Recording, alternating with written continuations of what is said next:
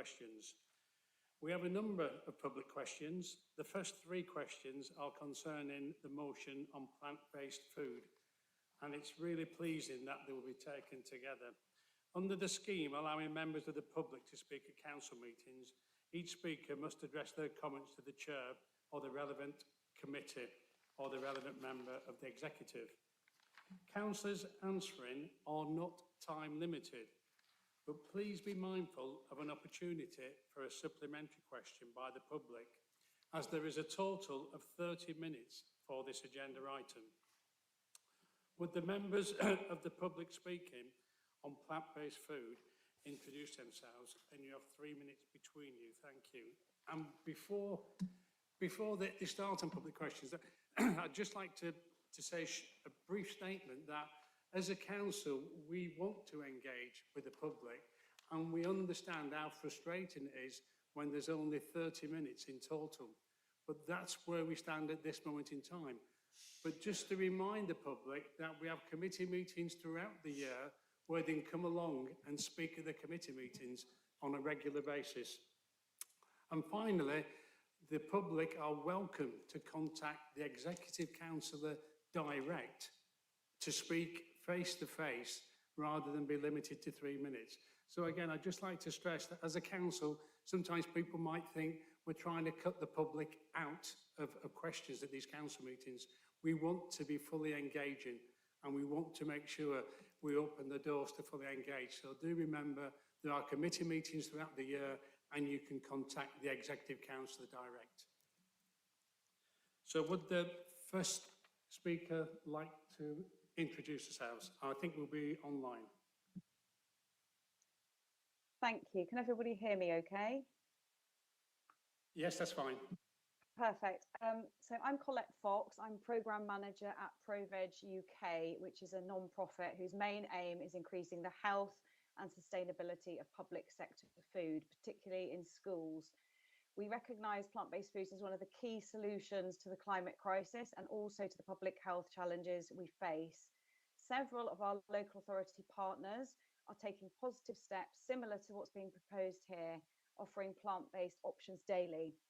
The feedback from the children and from the parents has been overwhelmingly positive, not the pushback that we might have expected. Contrary to perception, plant-based food is also cheaper on average than animal products.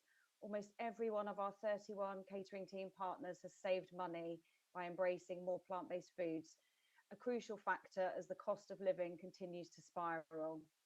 Passing this motion would follow in the footsteps of Oxfordshire County Council and send a powerful message that food can be a solution to our climate crisis. I'm sure other local authorities would follow suit, and that would be an excellent example of climate leadership. Thank you. My name is Rachel Andrews and I'm a clinical scientist at Addenbrooke's Hospital.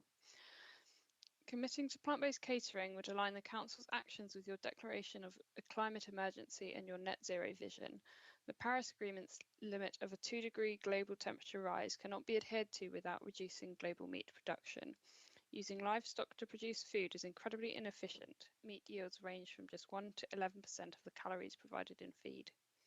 Normalising meat-free meals by either making them the default or increasing the proportion of meat-free options dramatically increases uptake of meat-free meals and decreases consumption of meat, and these approaches are well received by consumers.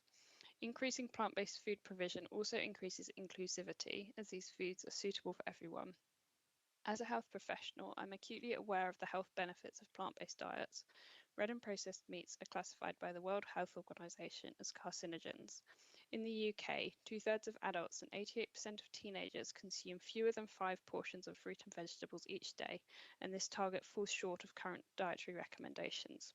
There's a growing body of evidence supporting a diet centered around plant-based whole foods for the prevention and treatment of many non-communicable diseases, including heart disease, diabetes, and many cancers. Hi, I'm Louise Palmer-Masterton, founder of STEM and Glory, a Cambridge-based vegan business. As a vegan caterer, we have seen a huge uptick in demand for our services from businesses of all types. With sustainability high on the agenda for most companies now, plant-based catering and corporate entertaining has become the only justifiable option for any business serious about meeting its net zero ambitions. and it's seen as such a simple and significant step. By way of illustration, using data by carbon labelling experts Food Steps, comparing dishes you might eat for a lunch or catering option, the meat, seafood and dairy options produce 4 to 7 times more emissions than their plant-based equivalents. Once you get into dining options, it becomes even more extreme. We believe that the time has come to normalise plant-based foods by making them the default option for everyone at catered events. We hope that Cambridge City Council will take this opportunity to adopt a plant-based only policy for their catering and set an example of positive climate action. Thank you. Thank you very much. For those of you with timing, they went over by 27 seconds, but I'd like to point out how grateful we are as a council that those three speakers worked together to put a concise together. So thank you very much for working together on that. And I now call on Alex Collis to answer the question and leave time for a supplementary if possible. Thanks. Thank you, Mr. Mayor, and thank you to all three of you for coming and making your statements or asking your questions.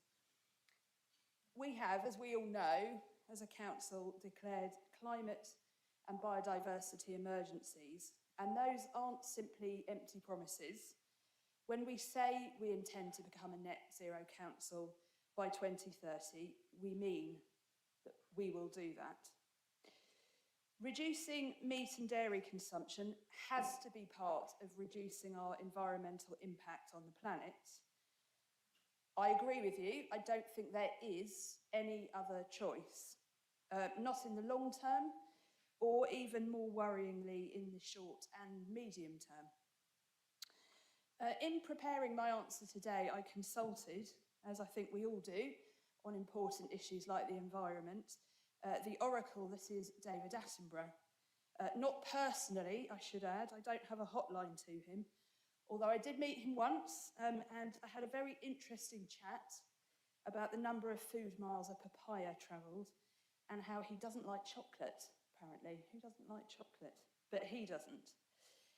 He has been consistently clear that we have to reduce the environmental impact of the way we farm, and that the quickest and most effective way of doing that is to follow a plant-based diet, especially if those plants are sourced as locally and sustainably as possible.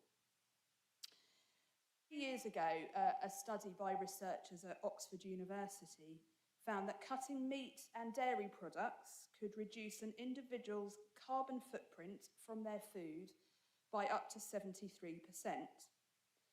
And they argued that this would also, cutting meat and dairy use, would also free up wild land that has been lost to agriculture, one of the primary causes for wildlife extinction.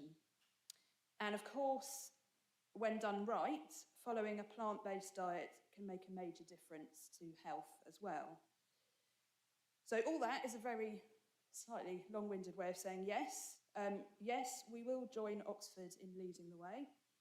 I think both Councillor Copley's motion and your questions open up all sorts of exciting possibilities for us as a council. And it really challenges us to think, to really think about how we develop our existing work on sustainable food and how together we really can make a change. Thank you.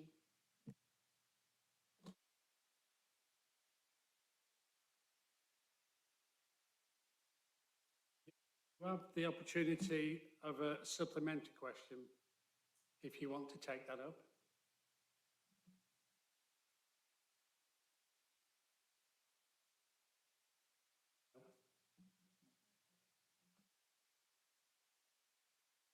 Yeah, for the people online, do you have a supplementary if you wish to take a supplementary?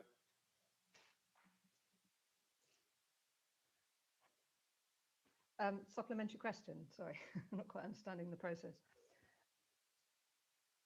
Yes, you can have a supplementary question. Well, I mean, I just are following those comments just now. Are we to assume that, in fact, that the council will adopt this proposal? You want me to answer that, Mr. Mayor? Yes. Yeah.